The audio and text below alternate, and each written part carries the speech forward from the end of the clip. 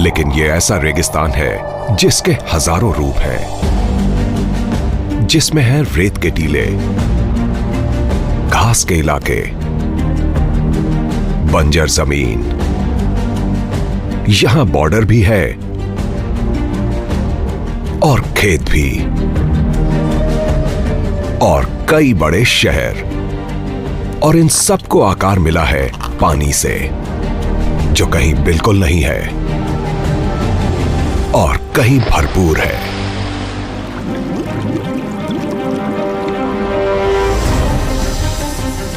ऐसी जमीन जहां हर जीव, चाहे वो बड़ा हो या छोटा,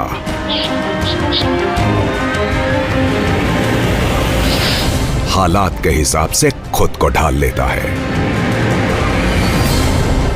ये वो इलाका है जो बहुत तेजी से बदलता रहा है, फिर भी यहां के ट्रेडिशंस आज भी मौजूद हैं।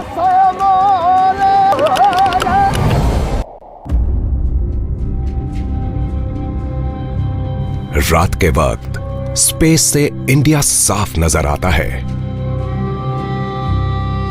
ऊंचाई से देखने पर लाखों चमचमाती हुई लाइट्स दिखाई देती हैं, लेकिन इंडिया के वेस्टर्न रीजन में कुछ डार्क पैचेस दिखते हैं।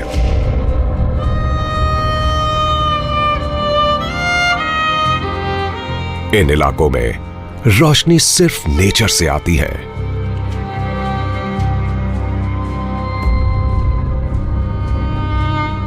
उगता सूरज इस इलाके पर रोशनी डालता है।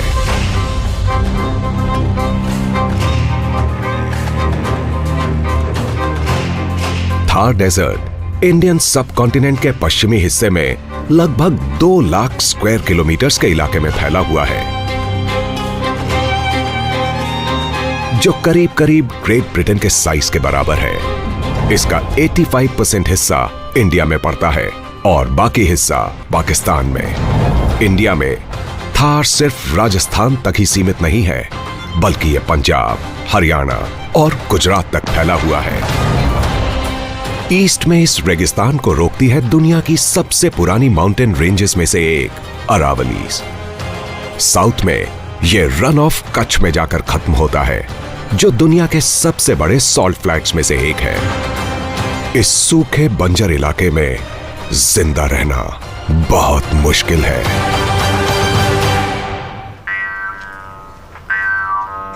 इसके बावजूद यहां बड़े बड़े शहर हैं।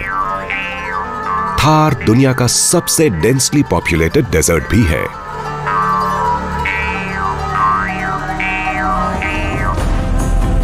पिछले 2000 से भी ज्यादा सालों से यह इलाका बहुत बड़े ट्रेड रूट नेटवर्क का हिस्सा है, जो इंडिया, वेस्ट एशिया, यूरोप और चाइना को जोड़ता है। इस रूट पर आने वाले शहरों को जीतने वाले वॉरलॉर्ड्स यहां के महाराजा बन गए। जोधपुर को थार का गेटवे कहा जाता है। गर्मी के शुरुआती दिनों में सुबह सुबह आने वाली सूरज की रोशनी इस ब्लू सिटी को और खूबसूरत बना देती है। इस मेडिवल सिटी के ब्राह्मण और पुजारियों ने अपने घरों को सबसे अलग दिखाने के लिए नीले रंग में रंग दिया था। शहर के ऊपर नजर रखता हुआ पहाड़ी पर खड़ा है ये मेहरानगढ़ फोर्ट।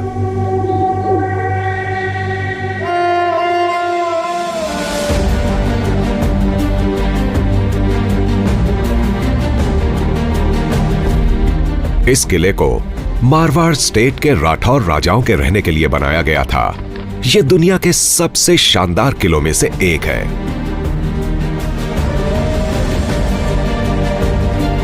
यह फोर्ट इतना ड्रामेटिक है कि यहां बॉलीवुड ही नहीं बल्कि हॉलीवुड की भी कई फिल्मों की शूटिंग हुई है, जैसे बैटमैन जैसी सुपरहिट फिल्म। लेकिन मेहरानगढ़ हिल हमेशा से ऐसा नहीं था।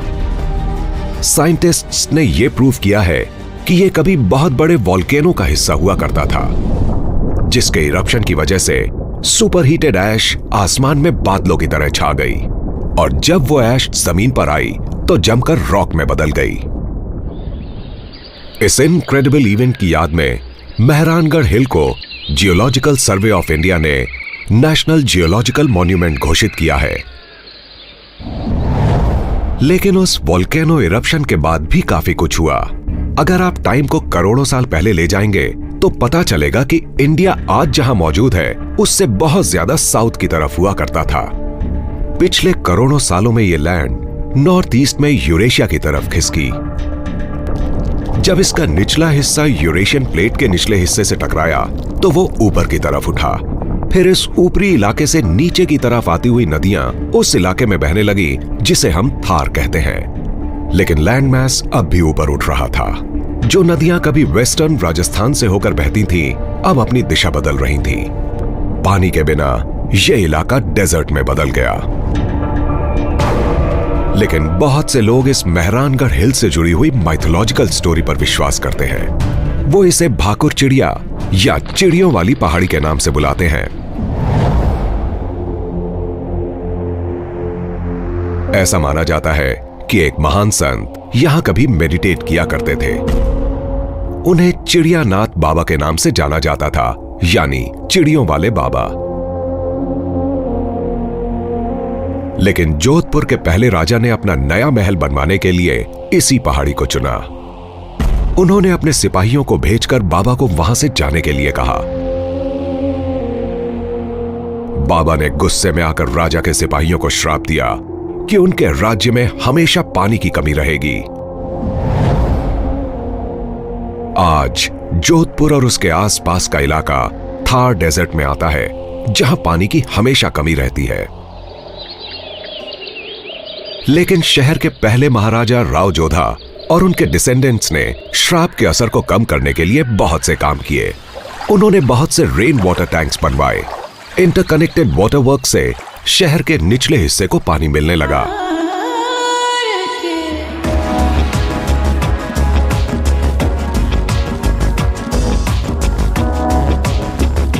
गर्मी के दिनों में बच्चे शहर की गलियों में दौड़ते हुए दिखते हैं।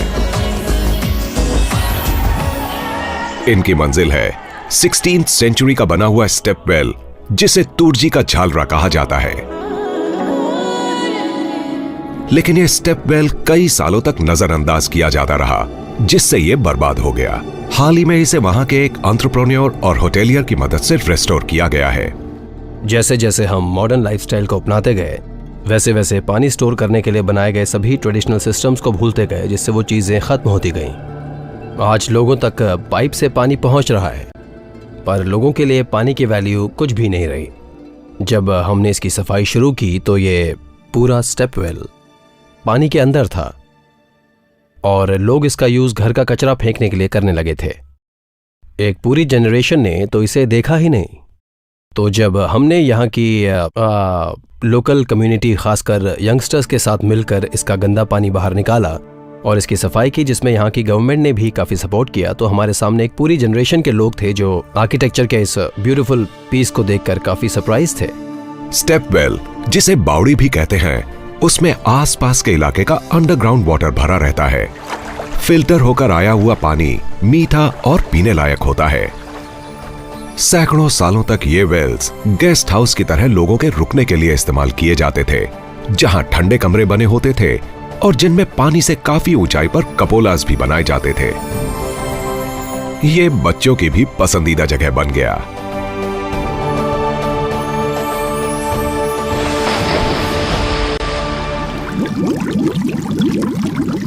आज पानी की कोई कमी नहीं है और इसके साथ ही चिड़िया वाले बाबा के श्राप को भी भुला दिया गया है। मेहरानगढ़ फोर्ट में चिड़िया वाले बाबा की कहानी को अब सिर्फ चिड़ियों में ही देखा जा सकता है।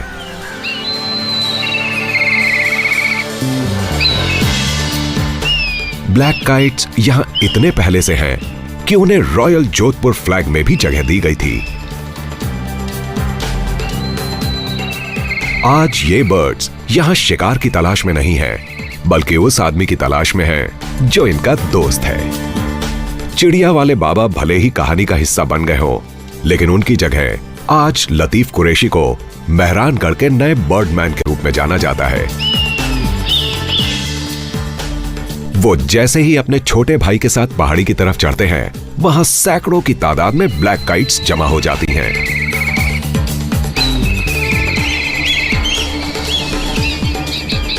ये इन शिकारी बर्ड्स के खाने का टाइम है।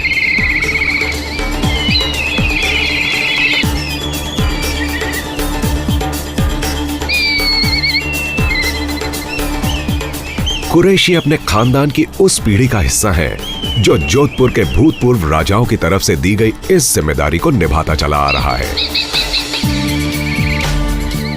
ये एक अहम जिम्मेदारी है क्योंकि ये बर्ड्स मेहरानगढ़ की लोक कथाओं का हिस्सा हैं।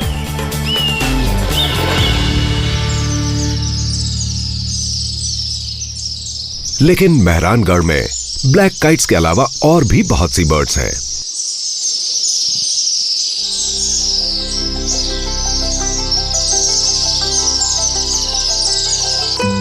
ब्लैक काइट जैसी बड़ी शिकारी चिड़िया के मुकाबले ये बर्ड्स तिनके जैसी दिखाई देती हैं, लेकिन ये बहुत ही खास है। इन्हें स्विफ्ट्स कहा जाता है और इसकी वजह है कि ये बहुत तेज हैं।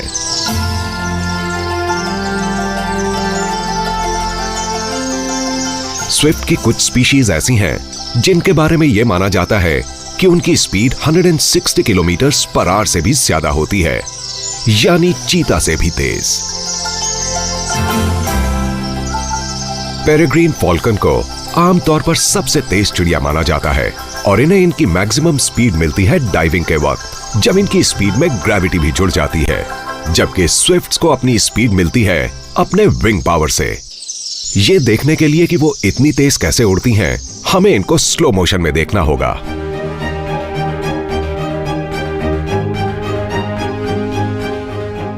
इनके लॉन्ग कर्व विंग से इनकी छोटी सी बॉडी को पावर मिलती है, जिसकी लंबाई 5 इंच और वजन 25 ग्राम होता है, यानी लगभग 1 चम्मच नमक के बराबर।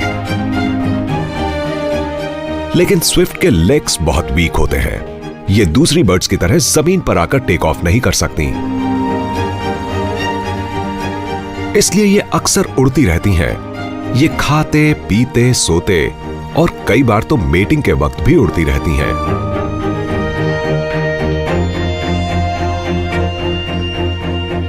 वो अपने घोंसलों में जाने के लिए ही नीचे आती हैं, जो उन्होंने किले के कपोलास के अंदर बनाए होते हैं।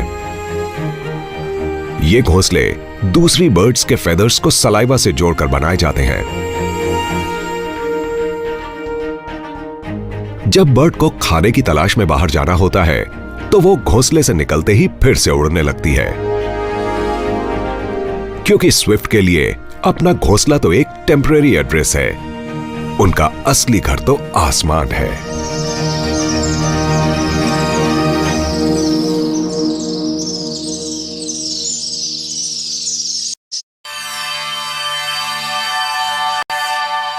बारिश के कई महीने बाद भी थार रेगिस्तान में पानी की कोई कमी नहीं है और इसी वजह से एशियन कॉन्टिनेंट के तमाम मेहमान यहां आते रहते हैं। सर्दियों के मौसम में डेमोसेल क्रेन्स यहां पहुंचते ही जोर जोर से चिल्ला के अपने आने की खबर देते हैं। ये मंगोलिया और नॉर्थ ईस्ट चाइना जैसी दूर जगहों से माइग्रेट करके यहां आते हैं और कई बार 4000 किलोमीटर से भी लंबा सफर तय करते हैं। इन बर्ड्स को नेचुरल वर्ल्ड का ऐसा एथलीट कहा जा सकता है जिनमें सबसे ज्यादा सहन शक्ति होती है। ये इंडिया की तरफ आने का सीधा रूट पकड़ते हैं, चाहे इसके लिए हिमालय की कुछ सबसे ऊंची चोटियों को ही क्यों न पार करना हो। इसके लिए इन्हें 26,000 फीट की ऊंचाई पर भी उड़ना पड़ता है, यानी माउंट एवरेस्ट से सिर्फ 3,000 फीट नीचे। इतने मुश्किल माइग्रेशन के लिए इन्हें काफी लंबे समय तक बिना कुछ खाए पिए रहना पड़ता है, यहां तक कि ये सो भी नहीं पाते। आज ये इस तालाब के किनारे जमा हुए हैं।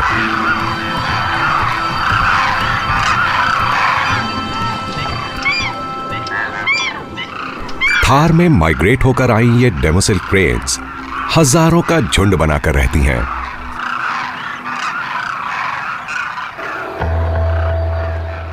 एक और विंटर माइग्रेंट स्टेप ईगल तालाब पर नजर रखे हुए है। आमतौर पर तो ये छोटी चिड़ियों का शिकार करते हैं, लेकिन इन्हें क्रेन्स पर भी अटैक करते हुए देखा गया है। लेकिन इस स्टेप ईगल का ये इरादा नहीं है।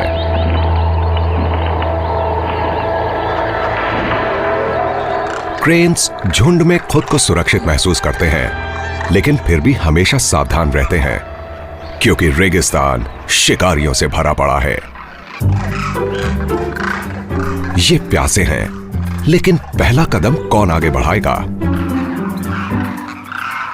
एक बहादुर क्रेन सबसे पहले आगे बढ़ता है। लीडर मिलते ही बाकी उसके पीछे पीछे चल देते हैं।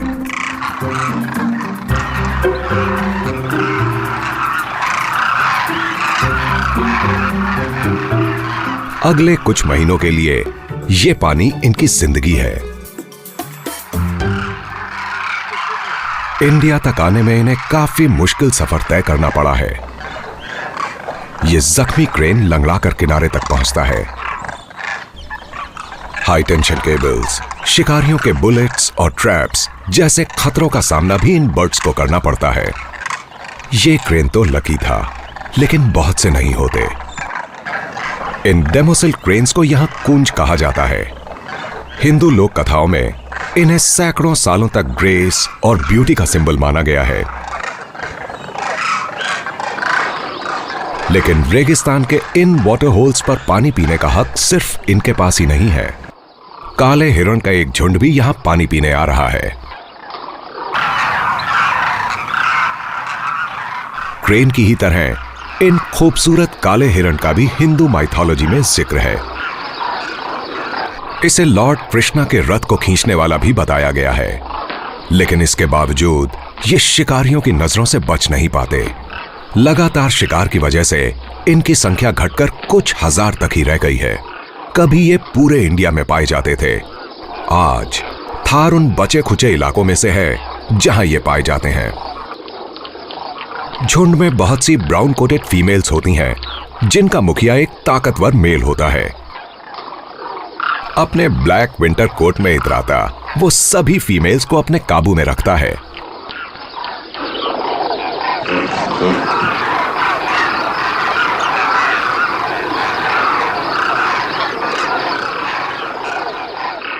छोटे मेल्स थोड़ी दूरी बनाए रखते हैं। उन्हें झुंड की फीमेल के साथ मेट करने का हक पाने के लिए लड़ना होगा। लेकिन मुखिया मेल के 2 फीट लंबे सर्पीले सींग लड़ाई में बहुत खतरनाक साबित हो सकते हैं। टूटी हुई सींग वाला छोटा हिरन बहुत डरा हुआ है। ऐसा लगता है कि लड़ाई के दौरान उसकी ये सींग टूट गई होगी। शाम होते ही काले हिरण खुले मैदानों में चले जाते हैं, जबकि डेमोसेल क्रेन्स अब भी पानी में रुके रहते हैं। अब भी यहां पर खाने की भरमार है। इस वक्त रेगिस्तान में रहने वाले जीवों को फिक्र करने की कोई जरूरत नहीं, क्योंकि थार की गर्मी अभी आई नहीं है।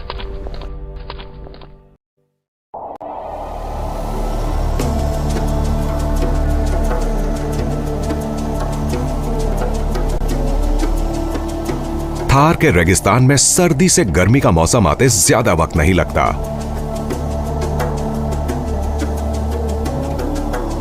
मार्च के महीने में दिन का तापमान लगभग 40 डिग्री सेंटीग्रेड तक पहुंच जाता है। इसके लिए भी जीव अपने आप को ढाल लेते हैं, चाहे बड़े हों या छोटे। डंग बीटल रेत पर अपने निशान छोड़ते हुए जाती है।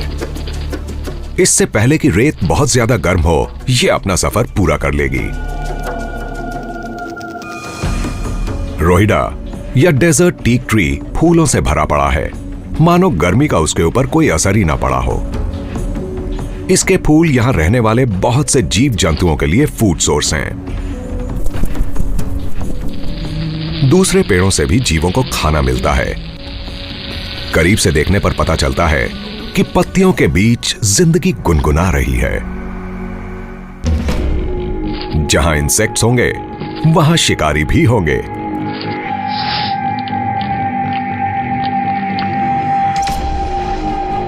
लेकिन शिकारी भी शिकार बन सकता है। एक ग्लॉसी बेलीड रेसर रेगिस्तान का सर्वे करता है। यह दूसरे सांपों के मुकाबले बहुत छोटा और कम जहरीला होता है और बहुत सतर्क रहता है। ये अपनी फोक टंग के जरिए हवा में होने वाली हलचल से किसी भी मूवमेंट का पता लगा लेता है। एक इंडियन हेजहॉग। हेजहॉग भले ही छोटा और आधे किलो वजन वाला जानवर हो, लेकिन ये इतना फुर्तीला होता है कि आसानी से ग्लॉसी बेलीड रेसर को मारकर खा सकता है। सांप कोई खतरा नहीं लेना चाहता। अपने रेसर नाम के मुताबिक वो वहां से भाग लेता है।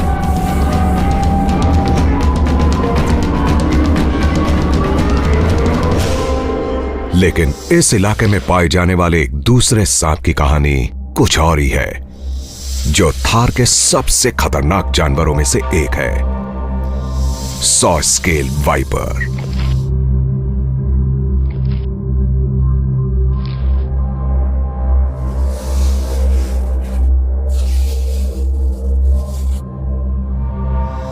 वाइपर को यह नाम इसलिए मिला क्योंकि जब यह गुस्से में आता है तो यह अपने स्केल्स आपस में रगड़ता है, जिससे सॉइंग साउंड निकलती है। यह साउंड दुनिया के सबसे खतरनाक और जहरीले सांप की तरफ से किए जाने वाले सबसे तेज हमले की चेतावनी होती है। ऐसा जीव जिससे आप दूर ही रहना चाहेंगे। सॉ स्केल्ड वाइपर आमतौर पर लेट इवनिंग या रात में शिकार करता है, लेकिन आज यह दिन में बाहर निकला है। इसने रेत पर साइड वाइंडिंग या साइडवेज मूव करना शुरू कर दिया है। स्लो मोशन फुटेज देखने पर पता चलता है कि साइड वाइंडिंग करते हुए कभी भी इसकी बॉडी के सिर्फ 2 पॉइंट्स ही रेत के कांटेक्ट में आते हैं। यह तेज गर्मी से बचने का एक कमाल का तरीका है। लेकिन अब सूरज और रेत दोनों ही बहुत ज्यादा गर्म हो चुके हैं। सॉ स्केल्ड वाइपर खतरनाक होता है और इंसानों से दूर ही रहता है। हमारे लिए यही अच्छा है, क्योंकि इसके काटने से शरीर में हीमोटॉक्सिक वेनम इंजेक्ट होता है, जो तेजी से मसल टिश्यू को ब्रेक डाउन करते हुए दर्दनाक मौत का कारण बनता है।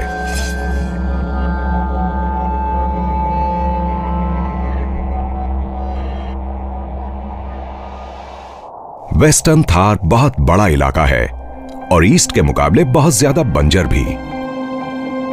आमतौर पर डेजर्ट उन इलाकों को कहा जाता है जहां साल भर में 10 इंच से भी कम बारिश होती है। लेकिन एरिडिटी यानी ड्राइनेस के हिसाब से भी डेजर्ट्स को कैटेगराइज किया गया है। दूसरे शब्दों में ये वो जगह होती हैं जहां इवेपोरेशन रेट बहुत हाई होता है। इतने कम वेजिटेशन वाले इलाके में जो भी थोड़ा बहुत पानी जमा होता है वो तेजी से सूख भी जाता है। लेकिन थार में हमेशा से ऐसा नहीं था। लगभग 10,000 साल पहले हिमालयास से निकलने वाली बड़ी बड़ी नदियां यहां से होकर गुजरती थीं। हिंदू शास्त्रों में बताया गया है कि सरस्वती नदी थार रेगिस्तान से होकर गुजरती थी। सरस्वती, इंडस और दूसरी नदियों के किनारे ही इंडस वैली सिविलाइजेशन के बड़े बड़े शहर बसे। लेकिन जैसे जैसे कॉन्टिनेंटल प्लेट धीरे धीरे ऊपर बढ़ती रही, ये नदियां या तो अपनी दिशा बदलती गईं या पूरी तरह से गायब हो गईं। और धीरे धीरे इंडस वैली सिविलाइजेशन के शहर भी वीरान होते गए। आज वेस्टर्न थार के इलाके में ही इंडिया पाकिस्तान का इंटरनेशनल बॉर्डर पड़ता है।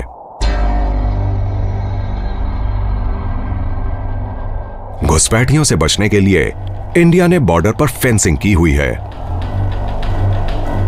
राजस्थान में जिसकी लंबाई लगभग 1000 किलोमीटर तक है।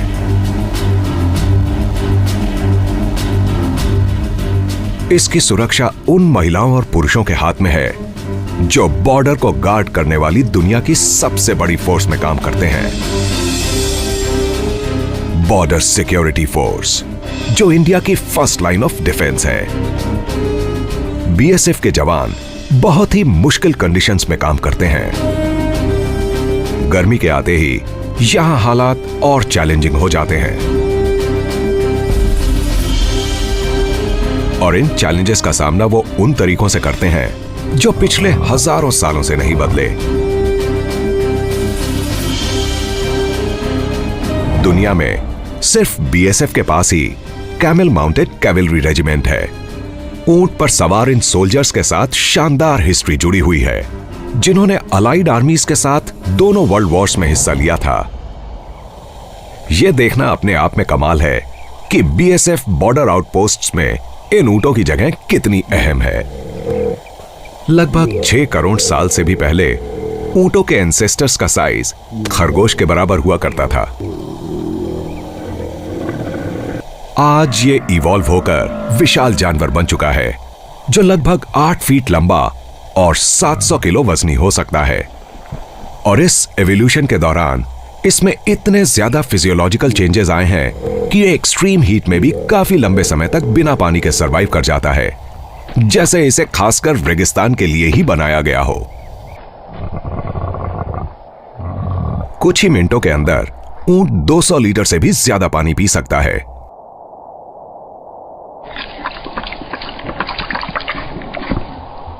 लेकिन यहां इन्हें एक बार में सिर्फ 20 लीटर पानी दिया जाता है, जिसे ये कुछ ही सेकंड्स के अंदर पी जाते हैं।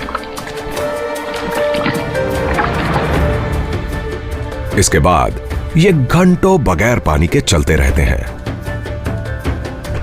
2 सोल्जर्स और उनके किट का वजन 200 किलो से ज्यादा नहीं होता, लेकिन ऊंट 500 किलो से भी ज्यादा वजन लेकर इस रेगिस्तान में 6 घंटे तक चल सकते हैं।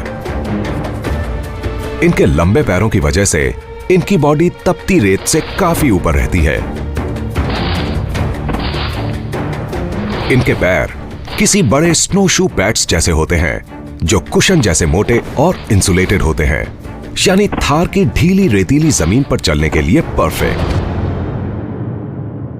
इस मुश्किल इलाके में गश्त लगाने के लिए बीएसएफ को ऊंटों से काफी मदद मिलती है।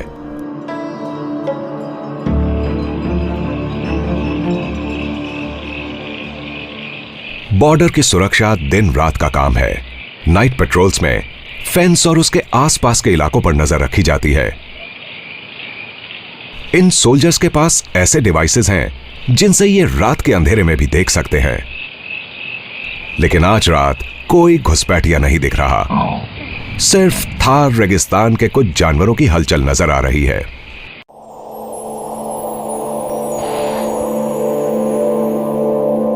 मई आते आते थार रेगिस्तान तपने लगता है। तापमान का 50 डिग्री सेल्सियस से ऊपर जाना बड़ी आम बात है, लेकिन यह तापमान धूप नहीं, छांव में रिकॉर्ड किए गए हैं। सूरज के नीचे खुले इलाके में बात कुछ और ही होती है। रेगिस्तान की सतह से जैसे आग निकलती है। कुछ जानवर इससे बचने के लिए जमीन के नीचे यानी अंडरग्राउंड चले जाते हैं। अंडरग्राउंड रहने वाले जीव रेत के टीलों के बजाय सख्त जमीन के नीचे रहते हैं। वो खाने की तलाश में तब बाहर आते हैं जब तापमान कम होता है, यानी सुबह या शाम को। एक डेजर्ट जर्ड बाहर आ रहा है। जर्बिल के करीबी रिश्तेदार ये जर्ड शिकारी पक्षियों के लिए परफेक्ट शिकार होते हैं। ये अपने आसपास की सुरक्षा को लेकर बहुत सतर्क रहते हैं और खतरा महसूस होने पर पानी पीने भी नहीं निकलते। इन्हें अपनी जरूरत के हिसाब से सारा मॉइस्चर उन प्लांट्स से मिल जाता है जिन्हें ये खाते हैं।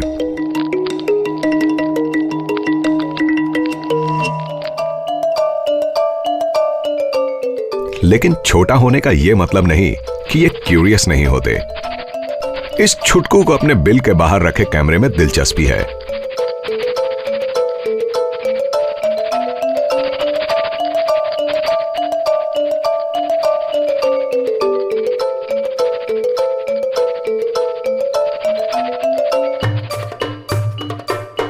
जल्दी से एक जांच पड़ताल। जाहिर है ये मॉडर्न टेक्नोलॉजी से इंप्रेस नहीं हुआ।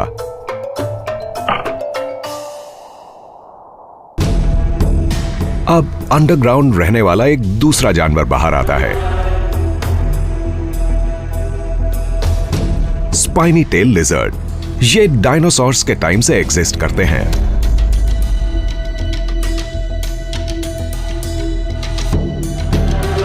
इस हर्बीवोरस रेप्टाइल को यह नाम इसके ब्लूइश ग्रे टेल की वजह से मिला है, जहां ये अपना ज्यादातर बॉडी फैट स्टोर करता है। लेकिन इस टेल की वजह से ही ये खत्म होते जा रहे हैं। इनका बेरहमी से शिकार किया जाता है।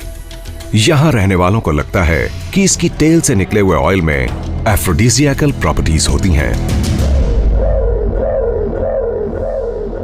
वेस्ट में और भी आगे बॉर्डर सिक्योरिटी फोर्स के जवान इंटरनेशनल बॉर्डर पर पेट्रोलिंग करते हैं और यहां भी ऊंट बीएसएफ का सबसे बड़ा साथी है।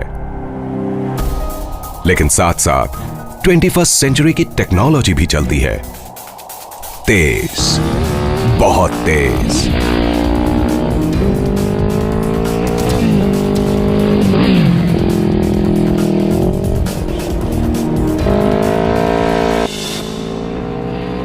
थार रेगिस्तान में फैले हुए इंडिया पाकिस्तान बॉर्डर के ज्यादातर हिस्से में सिर्फ रेत है।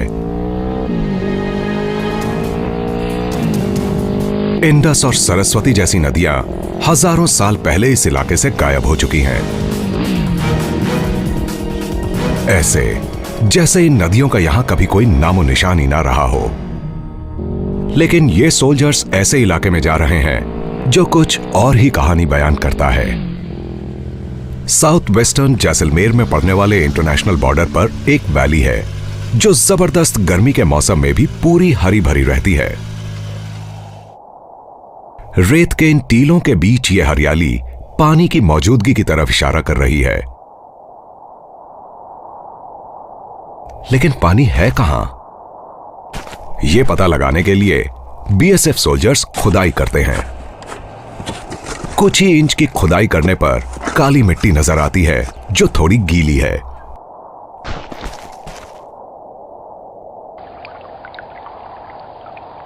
सिर्फ 2 फीट नीचे पानी मिल जाता है। थार के सबसे सूखे इलाके में होने के बावजूद इस वैली में पानी की भरमार है और वो भी रेतीली सतह के ठीक नीचे। यहां के लोगों का मानना है कि ये गायब हो चुकी नदियों में से एक है, समय की रेत में दब चुकी नदी। कुछ ही दूर ईस्ट की तरफ जाने पर वो इलाका पड़ता है जो थोड़ा कम बंजर है, लेकिन वहां की जिंदगी भी बहुत ज्यादा मुश्किल है। रेगिस्तान की सतह मिनरल से इतनी हाईली कॉन्सेंट्रेटेड होती है कि वहां पेड़ों का उगना बहुत मुश्किल होता है। लेकिन मुश्किल हो या आसान, पेड़ अपने बढ़ने का रास्ता तलाश कर ही लेते हैं।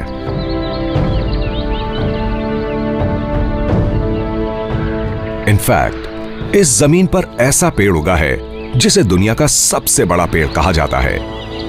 एनवायरमेंटलिस्ट और नेचुरलिस्ट प्रदीप कृष्ण रेगिस्तान के इस पेड़ पर रिसर्च कर रहे हैं।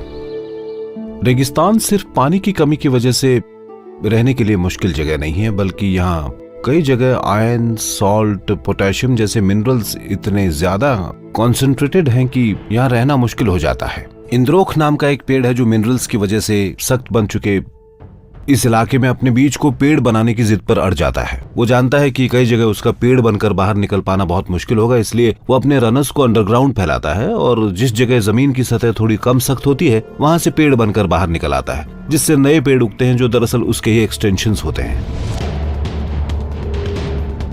इंद्रोक रेगिस्तान के ग्रेटेस्ट सर्वाइवर्स में से एक है।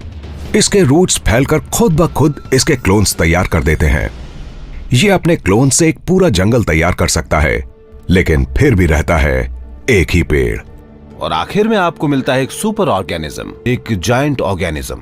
तो जब लोग पूछते हैं कि दुनिया में सबसे बड़ा ऑर्गेनिज्म क्या है, तो वो ब्लू व्हेल या सिकोया ट्री नहीं है, बल्कि क्लोनल फॉरेस्ट्स हैं जिनके साइज का कोई कंपैरिजन नहीं किया जा सकता।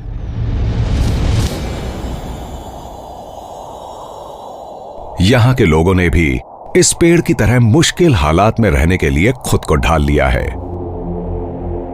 थार के गांव रहने के लिए बहुत मुश्किल जगह हैं और गर्मियों में यह मुश्किल और बढ़ जाती है।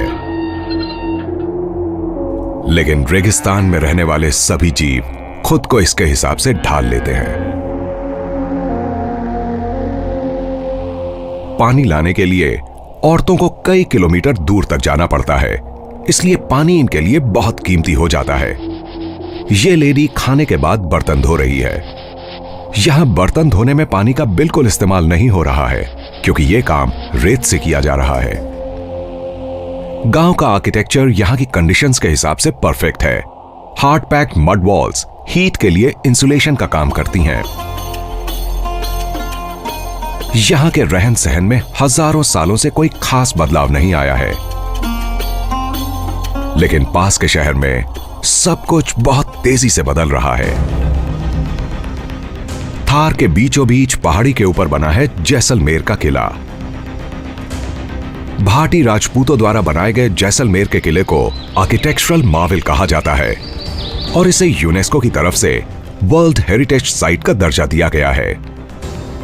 इसे 1156 एडी में बनाया गया था और ऐसी मुश्किल कंडीशंस में इसे बनाने के लिए कम से कम पानी और सीमेंट का इस्तेमाल किया गया था और इसे बनाने में जो टेक्निक्स यूज हुई थी आज वो यूज नहीं हो सकती। इसके अंदर जाना इतिहास में जाने जैसा है। यहां के रेगिस्तान में मिलने वाले सैंडस्टोन से तैयार इस किले को गोल्डन फोर्ट कहा जाता है। उन दिनों इस इलाके में सिर्फ यही एक पत्थर मिलता था और इसके जो बड़े बड़े सिंगल पीसेस हुआ करते थे उन्हें ऊंटों की मदद से पहाड़ी के ऊपर ले जाया जाता था। ये सोचकर ही बहुत हैरानी होती है कि उस वक्त उन लोगों ने किस तरह से इस काम को पूरा किया होगा। ये दुनिया का एकमात्र ऐसा किला है जहां आज भी लोग रहते हैं। इसके अंदर बहुत से परिवार कई पीढ़ियों से यहां रहते आ रहे हैं। 1947 में आजादी के वक्त जैसलमेर की पॉपुलेशन 30,000 से भी कम थी, लेकिन आज 5 लाख से भी ज्यादा है। जनसंख्या में आए इस एक्सप्लोजन की वजह से किले पर भी असर पड़ा है, लेकिन बढ़ती आबादी को अगर एक तरफ रख दें तो एक चीज और है जिसमें पहले और आज के वक्त में बहुत बड़ा अंतर आया है और वो है पानी। आज हर घर में पानी का कनेक्शन तो है, लेकिन यहाँ का ड्रेनेज सिस्टम प्लांट नहीं है। आज जैसलमेर की प्रॉब्लम है जरूरत से ज्यादा पानी। बेसिकली वाटर आउटलेट्स को डेवलप किए बिना ही पानी की सप्लाई शुरू कर दी गई थी। पानी से लोग भले ही खुश हों, लेकिन किले के पत्थरों पर इसका बहुत बुरा असर पड़ रहा है। पानी सीप होकर किले की फाउंडेशन तक जा रहा है और धीरे धीरे उसे कमजोर करता जा रहा है। उस समय के ड्रेनेज इतनी ज्यादा मात्रा में पानी के लिए तैयार नहीं किए गए थे।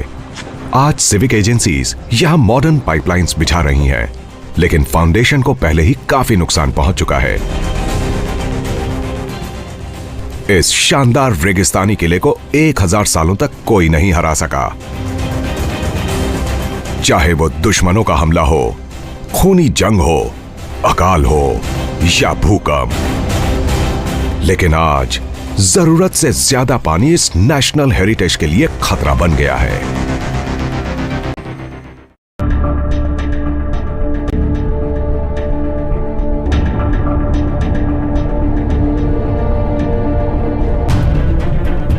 मिड जुलाई तक इंडिया के ज्यादातर हिस्से को मॉनसून की सालाना बारिश से राहत मिल चुकी होती है, लेकिन वेस्टर्न राजस्थान इतना लकी नहीं है।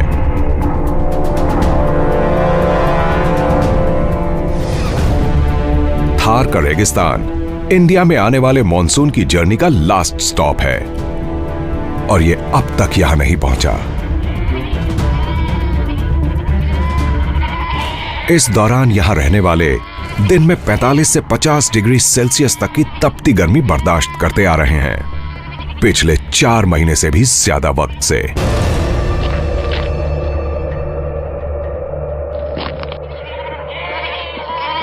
यहां के पालतू जानवरों को सिर्फ मैन मेड वाटर होल्स के जरिए ही पानी मिल पाता है। ब्लू चीक बी ईटर्स का एक ग्रुप अपनी बारी का इंतजार कर रहा है।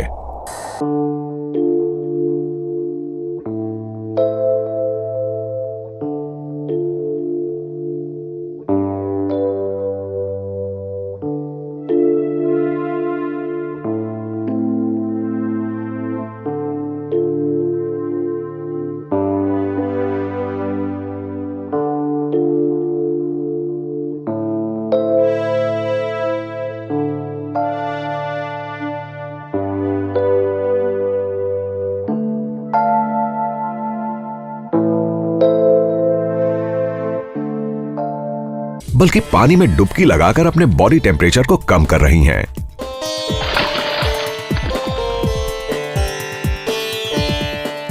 ये सबके लिए बहुत मुश्किल वक्त है और जुलाई का महीना खत्म होते होते यहां रहने वाले गर्मी से अपना ध्यान भटकाने के लिए मनोरंजन का सहारा लेते हैं। मंगनियार्स, जो यहाँ की एक फोक म्यूजिशियंस कम्युनिटी है, रेगिस्तान को बहुत करीब से पहचानते हैं। इनके गानों में इस इलाके की हिस्ट्री छुपी है, जिनमें यहाँ के राजाओं और योद्धाओं की बहादुरी के किस्से होते हैं। सैकड़ों सालों से ये थार के लोगों के लिए म्यूजिकल स्टोरी टेलर्स का काम करते आ रहे हैं। ये ग्रुप भले ही थार के रिमोटेस्ट विलेज में रहता हो, लेकिन ये है बहुत फेमस। इन्होंने दुनिया के कई देशों में अपने प्रोग्राम्स किए हैं और न्यूयॉर्क से टोक्यो तक अपनी गायकी की कला की वजह से ये दुनिया में इतनी जगह घूम चुके हैं जितना कि एक एवरेज ट्रैवलर भी नहीं घूमता।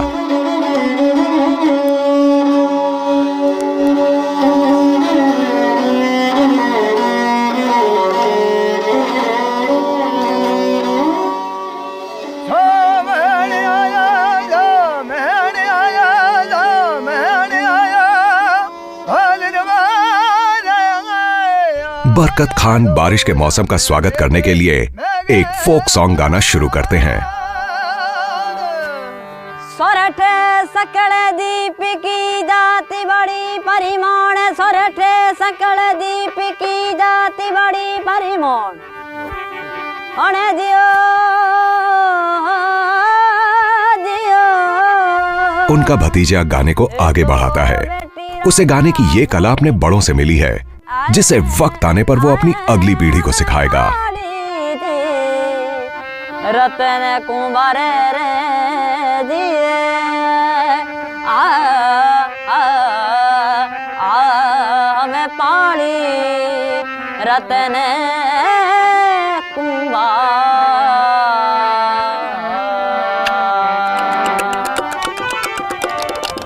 करताल से रिदम की शुरुआत होती है। ये हार्डवुड से बने दो सिंपल पीसेस होते हैं। जैसे स्पेनिश फ्लेमेंको म्यूजिक में कैस्नेट्स का इस्तेमाल होता है।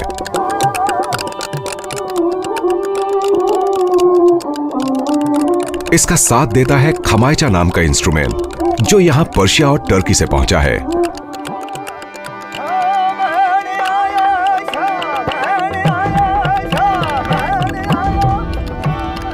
अगस्त आते आते थार में हवा चलनी शुरू हो जाती है। आखिरकार मॉनसून पहुंच ही गया,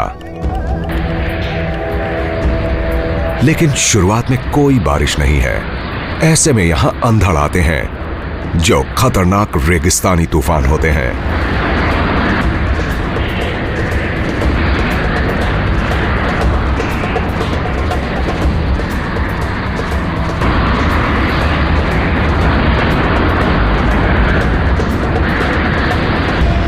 कई दिनों तक आने वाले रेतीले तूफानों के बाद नेचर का मिजाज ठंडा होता है।